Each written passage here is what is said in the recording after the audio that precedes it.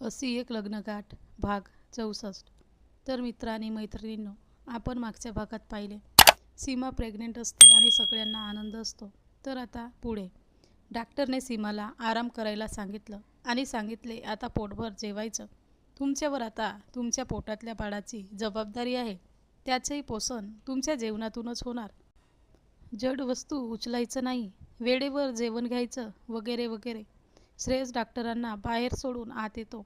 नीताताई देवाला नमस्कार करतात आणि सांगतात, धन्यवाद परमेश्वरा, माझी सून गेल्यानंतर पहिली गोड बातमी आली माझ्या घरी. आज तृप्ती राहिली असती तर किती खुशी झाली असती.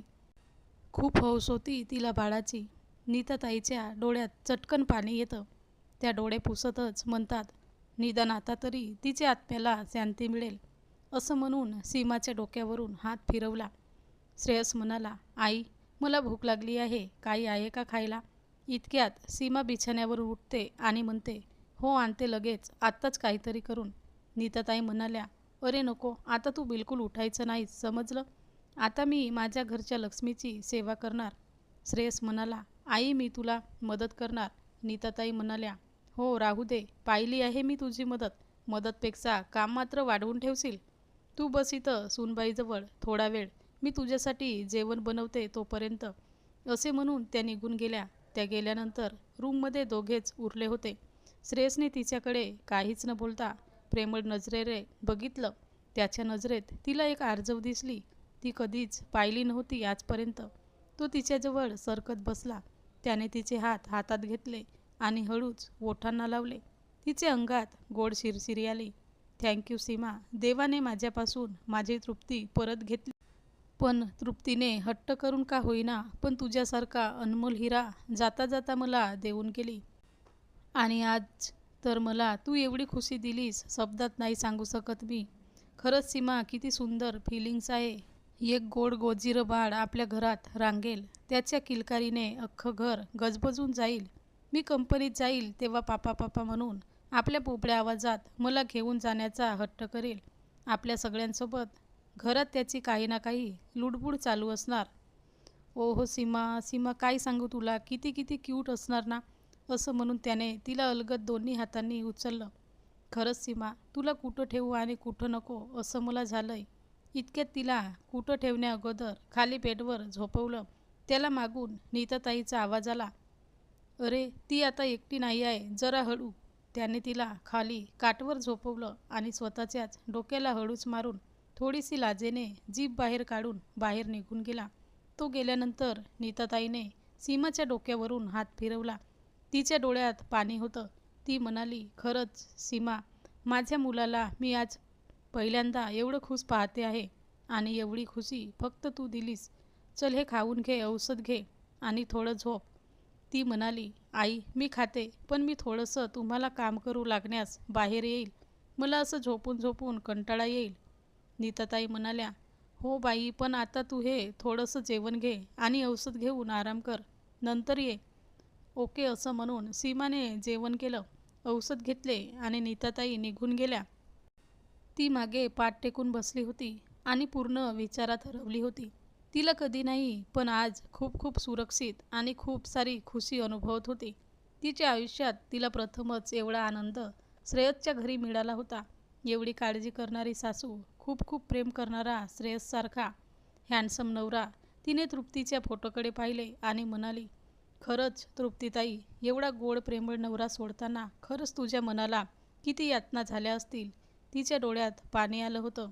तृप्तीबद्दल तिला खूप दया येत होती. आज सीमा ज्या प्रेमासाठी आसुसलेली होती, ते नवऱ्याचे खूप सारे प्रेम तिला आज मिळाले होते. त्यानंतर श्रेयस सीमासाठी खूप वेळ देऊ लागला होता. तिच्याशी गप्पा मारायचा, तिला घेऊन बागेत फिरायला जायचा, तिला जे हवं ते सगळं तो करायचा. नीताताई पण सतत तिच्या मागेपुढे असायची.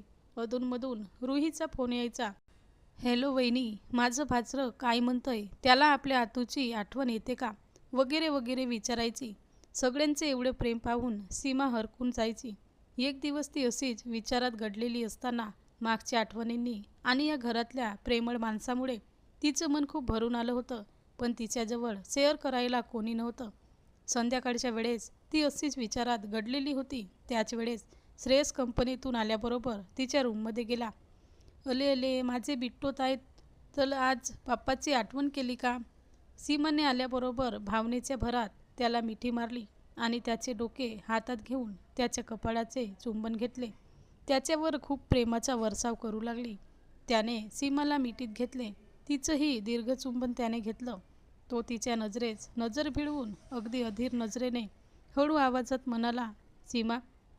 तिने त्याच्या नजरेला नजर भिडवली. त्याची अधीर सराबी नजर पाहून तिलाच लाज वाटू लागली. तिने मान फिरवली आणि हे काय श्रेयस, इस्स असं म्हणून खूप लाजली. त्याने परत एकदा तिचा चेहरा त्याच्यासमोर करत बोलला, सीमा प्लीज, तुला एक गोष्ट सांगायची आहे, करशील? ती लाजेनेच नजर इकडे तिकडे करत म्हणाली, काय? तो तिच्या नजरेत पाहतच म्हणाला, आई घरात नाही, बाजाराला गेली आहे. ती जास्तच लाजत म्हणाली, मग काय? तो म्हणाला, अगं मला भूक लागली आहे, तुला माहीत आहे ना, कंपनीतून आल्याबरोबर मला काहीतरी खायला लागतं म्हणून. ती एकदमच काय असं म्हणून त्याच्या मिठीतून बाजूला झाली आणि सैतान आहात तुम्ही पूर्ण असं म्हणून हसतच किचन रूममध्ये निघून गेली.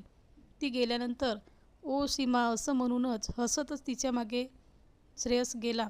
किचनमध्येही त्याची दोघांची मस्ती चालू होती. बाहेरून नीताताई आल्या होत्या. त्यांनी पाहिलं होतं दोघांना एकदम आनंदी पाहून त्यांच्या मनाला खूप आनंद झाला होता. असेच पुन्हा खूप दिवसापासून त्यांच्या घरात आनंद झाला होता. 7व्या महिन्यात ओटी भरण्याचा कार्यक्रम ठरवला गेला. श्रेयस आणि नीताताईच्या आणि सासरी पिहूचा आत्या होण्याचा अनुभव सगळ्यांचाच नवा. सगळेजण खूप उत्साहात होते. ओटी भरण्यासाठी सगळे नातेवाईकांना बोलविण्यात आले. हिरव्या पैठणीत, हिरव्या बांगड्या, कानातले झुमके, चेहऱ्यावर आई होणार असल्याचं समाधान, सोबतच नवऱ्याचे प्रेम, सासूची माया, या सगळ्या गोष्टीचं मिश्रण म्हणजेच सीमाच्या चेहऱ्यावरचे तेज पसरलं होतं. खूप सुंदर दिसत होती. सासूची तिच्यावरील आईसारखी माया, नवऱ्याचं तिच्या भोवती घुटमळणं, रुहीचं वहिनी म्हणून छेडणं, सगळ्यात ती अगदी न्याहून निघाली होती. तिच्या मनात विचार येत होता, एवढे सुख, एवढे वैभव, आपल्या लोकांचे एवढे प्रेम कधी अनुभवायला मिळेल हे तिला एक किंचितही शाश्वती नव्हती. जेव्हा तिला मोहित नवरा म्हणून मिळाला होता तेव्हा आणि त्यानंतर माधवने तिला किडनॅप करून खूप त्रास दिला होता तेव्हा तिने जीवन जगणंच सोडून द्यावं असा निश्चय केला होता. म्हणून कड्यावरून उडी मारून जीव देणार होती. पण ऐन वेळेस श्रेयसने वाचवलं होतं. तिला वाटलं होतं की श्रेयससाठी काय करू आणि काय नको. तिने ठरवलं आता सगळं विसरायचं, फक्त श्रेयससाठी जगायचं, या घरासाठी जगायचं. खूप सुख, समाधान, आनंद भरभरून त्यांना द्यायचा. माझ्याकडून त्यांना किंचितही दुःख होणार नाही ही काळजी मी पुरेपूर घेईन असं मी मनाशी ठरवते. तिचे ओटी भरण्याचा कार्यक्रम आनंदाने पार पडतो. श्रेयस आणि नीताताई तिची खूप काळजी घेतात. आता तिला 9वा महिना लागला होता. डिलिव्हरीची तारीख जवळ येत होती. कधीही तिची आता डिलिव्हरी होणार होती. त्यामुळे घरात सगळ्यांची तयारी चालू होती. श्रेयसने तर अगोदरपासूनच घरात खेळण्यांची रेलचेल करून दिली होती. सारं घरच आनंदमय झालं होतं आणि चिमुकल्या पाहुण्यांची अगदी आतुरतेने वाट पाहत होते. तर मित्रांनी मैत्रिणींनो, हा भाग कसा वाटला कमेंटमध्ये सांगा आणि सबस्क्राईब करा.